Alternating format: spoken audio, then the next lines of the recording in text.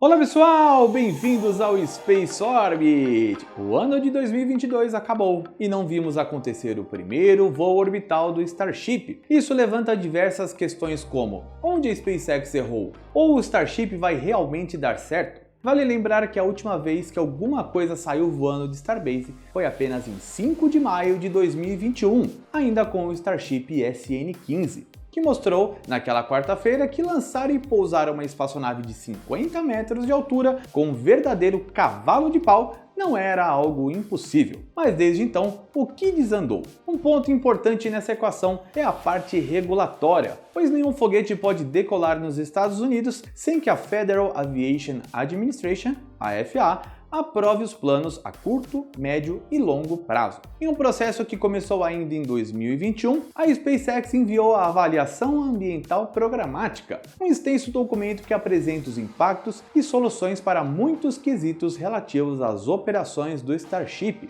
desde o impacto em fauna e flora, poluição sonora, luminosa do solo e ar, além de ações de mitigação. Fizemos diversas análises detalhadas aqui no Space Orbit, mostrando a importância deste processo para a segurança dos lançamentos em Starbase. Mas isso começou por volta de setembro de 2021 e se arrastou até a metade de 2022. A FAA pediu muitas extensões de prazo, justificando uma necessidade maior de tempo para análise devido ao excesso de comentários públicos enviados pela população, que em sua maioria eram os detratores e fãs inflamados do Elon Musk.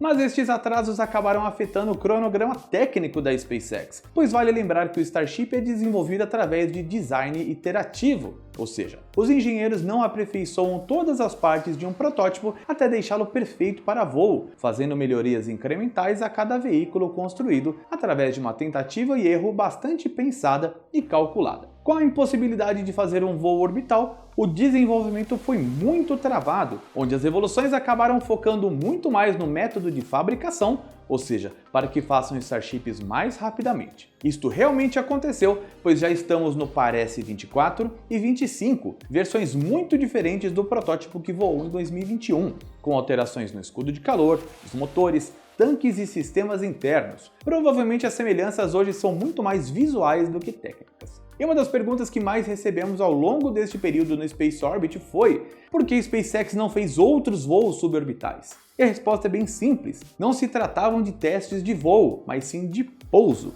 O lançamento de um Starship com 3 Raptors apenas não chega nem perto do esforço que um veículo passará quando estiver acoplado ao Super Heavy. Quando colocado em um lançamento orbital, as velocidades serão na ordem dos 8.000 km por hora, a uma altitude acima dos 100 km da linha de carga. Então, o objetivo de voos como o do SN-15 era verificar se a estrutura conseguiria fazer o direcionamento aerodinâmico e a agressiva rotação para o pouso, além de testar o controle de empuxo e a vetoração dos Raptors para pousar com suavidade um frágil veículo de 50 metros de altura feito de aço inox. Outro fator importante é que o Starship não conseguiria testar o cenário mais importante para o qual foi projetado, que é a entrada em órbita usando seus Raptor vácuo, os motores otimizados para funcionamento no espaço. Então, não fazia sentido desperdiçar e também arriscar veículos e propulsores em testes que não iam mudar muito a compreensão e evolução do projeto. Isso não significa também que a SpaceX ficou parada, pois tivemos em 2022 a implementação dos novíssimos Raptor 2, a primeira modificação de bloco do motor do Starship e Super Heavy. As principais mudanças foram drásticas em todos os quesitos, pois o empuxo subiu de 185 toneladas-força para 230, cerca de 25% a mais de potência. A câmara de combustão foi redesenhada, assim como as turbobombas, tubeira e eletrônica, além de melhorias de fabricação importantes, como a mudança de flanges, para soldas em muitos componentes.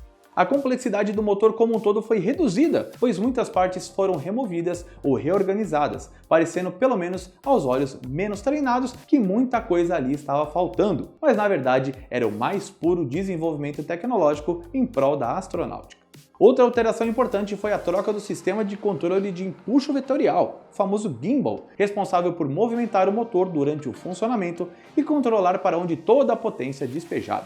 Agora ele seria movido por atuadores eletromecânicos ao invés de linhas hidráulicas, que além de mais leves, são mais confiáveis com relação à perda de pressão. E óbvio que tudo isso acabou por tornar o Raptor mais caro, certo? Muito pelo contrário, pois o tio Musk disse em apresentação da SpaceX que o novo motor custava metade do valor para ser fabricado, além da menor complexidade ter aumentado o ritmo de produção. Em fevereiro de 2022, já eram produzidos 5 propulsores por semana, chegando a incríveis 1 por dia para o último trimestre, algo que muitos diriam impossível até pouco tempo atrás. Vale mencionar que o Raptor é o único motor do tipo Full Flow Stage Combustion operacional da história. Nele, 2 turbobombas independentes são responsáveis por injetar os propelentes a altíssimas pressões na câmara de combustão, enquanto reaproveita tudo o que é utilizado nos pré-queimadores para aumentar ainda mais o rendimento na saída da tubeira. O Raptor é uma maravilha da engenharia e ainda mais importante para o Starship funcionar, o seu sucesso é crucial para que o Super Heavy voe, e é aqui que o ano da SpaceX acabou por se complicar. Partindo da premissa que colocar 33 motores para operar em sincronia já é uma tarefa que ninguém conseguiu fazer até hoje com maestria, e o soviético N1 não é um exemplo de sucesso, é que os desafios técnicos da SpaceX seriam ainda maiores. Para começar, que na primeira tentativa de rodar todos os Raptors simultaneamente, o pad orbital e o Super Heavy Booster 7 quase foram pelos ares durante um spin prime. Neste teste, os motores giram na velocidade operacional e o propelente passa pelas linhas, sendo liberado pela tubeira, porém sem nenhuma ignição. O problema é que despejar metano e oxigênio líquidos misturados de 33 Raptors gerou uma explosão acidental que destruiu partes do pad, além de causar uma bola de fogo e uma onda de impacto que nos deu um belo susto. Isso obrigou a SpaceX a reprojetar partes da mesa de lançamento, além de implementar o FireX, um sistema de supressão de alta pressão que ajuda a dispersar eventuais acúmulos de gases sobre o Super Heavy. O estrago foi grande também no veículo, que teve que trocar motores amassados e danificados, o que acabou por atrasar o cronograma, além de fazer o tio Musk admitir que um spin prime com todos os Raptors era uma operação arriscada. Então, nem seria possível pensar em grandes testes estáticos. Mesmo com a chance de uma aposentadoria prematura, a SpaceX trabalhou no veículo e recolocou este canhão de aço de volta no pad, agora melhorado, para começar a queimar propelentes. Em 9 de agosto, o primeiro teste estático com apenas um motor foi realizado com sucesso e afastou a zica, permitindo que a validação continuasse. 2 dias depois, a SpaceX foi ainda mais longe e queimou um Raptor por incríveis 20 segundos, o teste mais longo feito até então durante o programa Starship. E no final de agosto, os 13 motores do anel interno foram ligados, sendo o recorde de propulsores utilizados em um teste desde então. E durante as semanas e meses seguintes, o B7 foi e voltou da Mega Bay, sendo atualizado e passando por novos testes com os motores, com melhorias incrementais e pouco visíveis para olhares de fora da SpaceX. Somente em 14 de novembro vimos outro teste estático de grande proporção, quando 14 motores foram ligados, batendo um novo recorde. Já no final do mês, um teste do sistema de pressurização autógena foi realizado, deixando os Raptors ativados por 13 segundos para verificar se os motores conseguiam repressurizar os tanques de propelentes e manter a queima estável. O tio Elon chegou a dar diversas datas ao longo do ano para a realização do voo orbital, porém nenhuma delas foi factível, infelizmente. Cabe aqui também ao Space Orbit fazer o seu papel jornalístico de noticiar com precisão, de acordo com as informações obtidas por meios oficiais, seja da SpaceX ou do Elon Musk. Então, por muitas vezes comentamos datas que acabaram não se concretizando. Por isso, pedimos desculpas.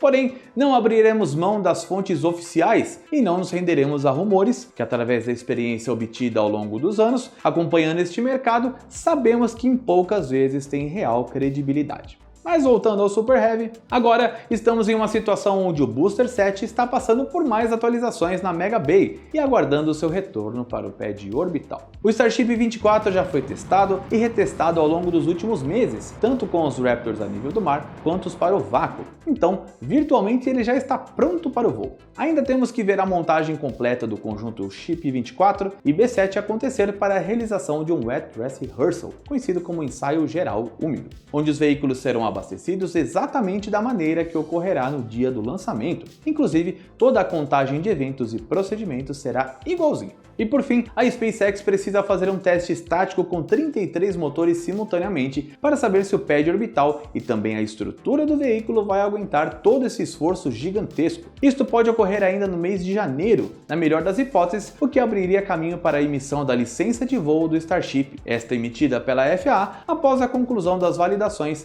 e análise documental. De acordo com um funcionário da NASA, durante uma apresentação da agência, a SpaceX já estaria trabalhando nessa licença, e na época o voo orbital sairia em dezembro de 2022, algo que não aconteceu. Mas o que mudou mesmo desde 2021, quando o ritmo era insano e até sobravam notícias e faltava tempo para atualizar sobre tudo? A resposta está justamente na NASA, em algumas premissas assumidas incorretamente pela SpaceX. Começando que ainda em 2021, o Starship entrou para ser o principal, e até o momento, único veículo de pouso lunar durante as missões Artemis. É uma disputa que se arrastou nos tribunais por causa da teimosia da Blue Origin de Jeff Bezos em ganhar o contrato no famoso tapetão. Com isso, a NASA, que já era uma grande contratante dos serviços de lançamento da SpaceX para a Estação Espacial Internacional, além de cargas científicas, injetou mais 3 bilhões de dólares na empresa, especificamente no Starship, para colocar 2 astronautas com segurança em solo lunar em 2 missões de testes, uma tripulada com pouso e outra não. Vale lembrar que o custo estimado do projeto Starship era na ordem de 5 a 10 bilhões de dólares, de acordo com o Tio Musk, lá no começo do desenvolvimento. Então, a NASA passaria a assumir o risco público e financeiro da empreitada da SpaceX. Mesmo que o ritmo de desenvolvimento da empresa seja insano e diferente de tudo que já foi visto na história da exploração espacial, nenhuma pressa justifica colocar vidas em risco, seja de funcionários ou de astronautas. Afinal, qualquer problema viraria uma tormenta de relações públicas, principalmente por causa dos ímpetos e falas muitas vezes impensadas do Musk no Twitter. Vimos um movimento de aparente desaceleração na evolução do Falcon 9 antes da qualificação para o voo tripulado utilizando a Crew Dragon, onde a NASA realmente colocou muitos empecilhos, mas o projeto de ambos os lados foi um retumbante sucesso e abriu uma nova era da exploração privada do espaço, além de reduções de custos e confiabilidade para a Agência Espacial Americana.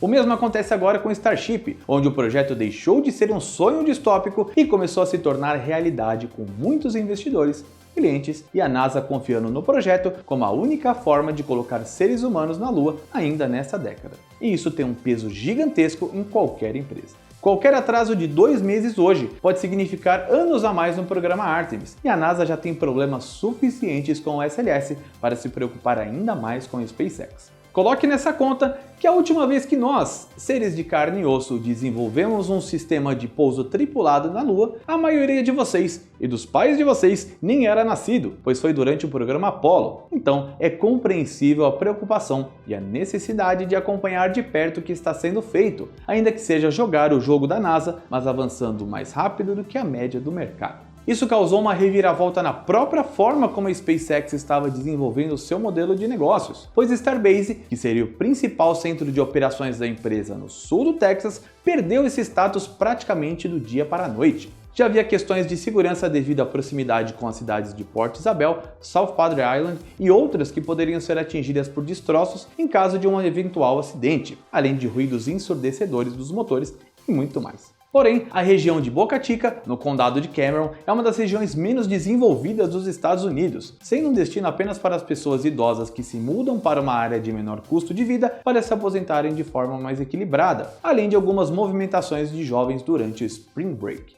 Não há hotéis nem residências suficientes para atender nem os funcionários da SpaceX, muito menos os da NASA, contratantes, imprensa e também curiosos que vêm acompanhar as atividades. Para fins de comparação, durante o lançamento do SLS com a missão Artemis 1, havia mais de 100 mil pessoas acompanhando o evento durante a madrugada na região de Titusville, na Flórida. Este número chegou a 500 mil na tentativa anterior, e olha que nem se tratava de um voo tripulado, que tem ainda mais apelo público e midiático. Isso colocou um peso logístico incalculável e insanável, pelo menos para os próximos anos, para que Starbase se tornasse o ponto de partida da Artemis 3. Tanto que a SpaceX anunciou os planos de desenvolvimento do pad orbital no Kennedy Space Center, ao lado do LC-39A, de onde o Falcon 9 e o Falcon Heavy são lançados. além de uma fábrica nos moldes de Starbase na região para construir os veículos ali mesmo e transportá-los para o pad. Vale mencionar também que muitos fornecedores e empresas espaciais estão localizados no Cabo Canaveral, além da própria NASA, que poderia acelerar a certificação e análise de protótipos quando a estrutura estivesse pronta.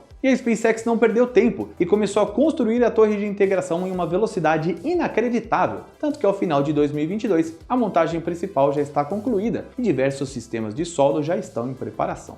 Outras partes, como a mesa de lançamento, já estão sendo trabalhadas há meses nos mesmos moldes de Starbase, porém com aprendizado para produzi-la em um tempo menor. Isso veio com um preço um pouco amargo para a SpaceX, pois os braços de captura, chamados de Mechazilla ou Estágio Zero, ao que tudo indica, ficarão de fora dessa brincadeira, o que vai complicar os objetivos de reusabilidade da empresa, principalmente no quesito de custos. A ideia é construir uma segunda torre mais ao norte do LC-39A, somente para a captura dos Starships e Super Heavies, o que do ponto de vista de segurança é muito melhor do que prevêem fazer em Starbase. Mas esses passos atrás são apenas uma preparação para um grande salto, sendo este um salto civilizatório que destravará a espécie humana da órbita do nosso planeta. Todo o projeto Starship é baseado em reduzir custos de desenvolvimento, fabricação e operação com um foguete super pesado com altíssimo volume e capacidade de carga. O último grande esforço feito para tal foi com o programa Apollo, onde o governo americano deu um cheque em branco para a NASA e seus contratantes e via decreto mandou os seres humanos para a Lua em meio a uma corrida espacial em um contexto de Guerra Fria.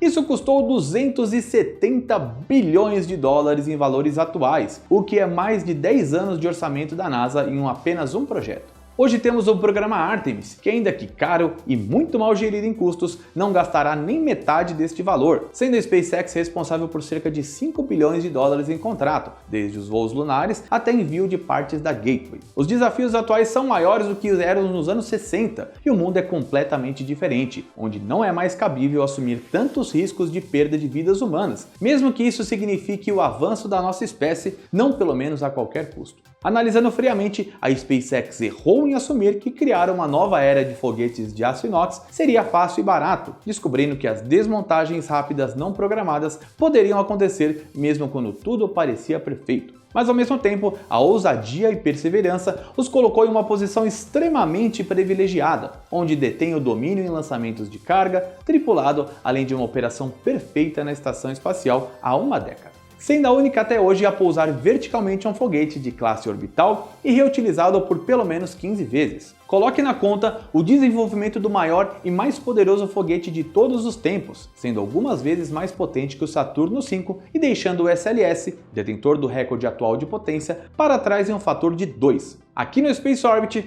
sempre falamos que a SpaceX está de 5 a 10 anos à frente de preste atenção, qualquer empresa ou agência espacial deste planeta chamado Terra. A prova disso é que o primeiro Falcon 9 a pousar ocorreu em 21 de dezembro de 2015, durante a missão Orbicon OG-2, e 7 anos depois, ninguém ainda conseguiu repetir esse feito. Com o Starship, a distância crescerá muito, poderemos falar de 10 a 20 anos, ainda mais se o objetivo de reutilização em poucas horas e voos constantes forem atingidos no começo da fase operacional no sistema de lançamento. Estamos em um momento delicado do projeto, onde ainda aguardamos pacientemente um voo orbital para que tenhamos a primeira visão de como será essa nova era no espaço, mas muitos outros interesses estão mesclados, ainda que todos visando o sucesso da empreitada da SpaceX. Nós, seres humanos, já vivemos há cerca de 6 milhões de anos neste planeta, evoluindo de forma exponencial ao longo das eras, o que nos dá uma sensação falsa de estagnação.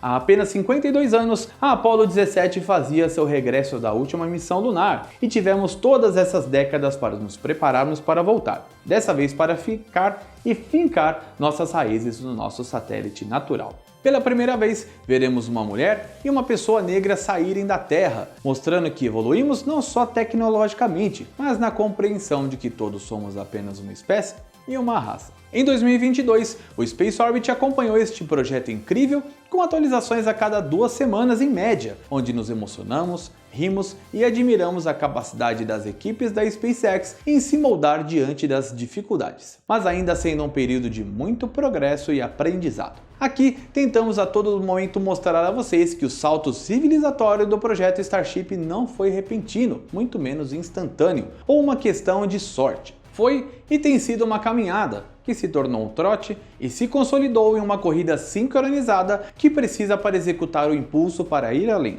Mas o que isso vai afetar na minha vida? Você pode se perguntar, mas podemos dizer com toda certeza que isso já alterou a sua realidade e você que não percebeu. Estamos assistindo uma nova era de conquistas espaciais que aumentaram a conectividade de pessoas, empresas e países, além de uma oferta de serviços que afetam todas as camadas da sociedade, inclusive os mais pobres e necessitados. Nosso futuro está no espaço e a Terra sempre será o nosso lar e nosso ponto de partida. Mesmo que cruzemos o nosso sistema solar e colonizemos as nuvens de Vênus, os desertos de Marte e as planícies geladas de Europa, ainda continuaremos com o espírito pioneiro que quer nos levar além. Vivemos o nosso mito da caverna em dimensões planetárias, onde a maioria acredita que é ali que devemos nascer, crescer e perecer. E poucos, muito poucos, têm a certeza de que fora dali há literalmente um universo inteiro de possibilidades, onde é uma questão de tempo para que exploremos tudo, mesmo o nosso universo sendo infinito, mas até onde sabemos o tempo é ilimitado, mesmo o nosso sendo extremamente curto.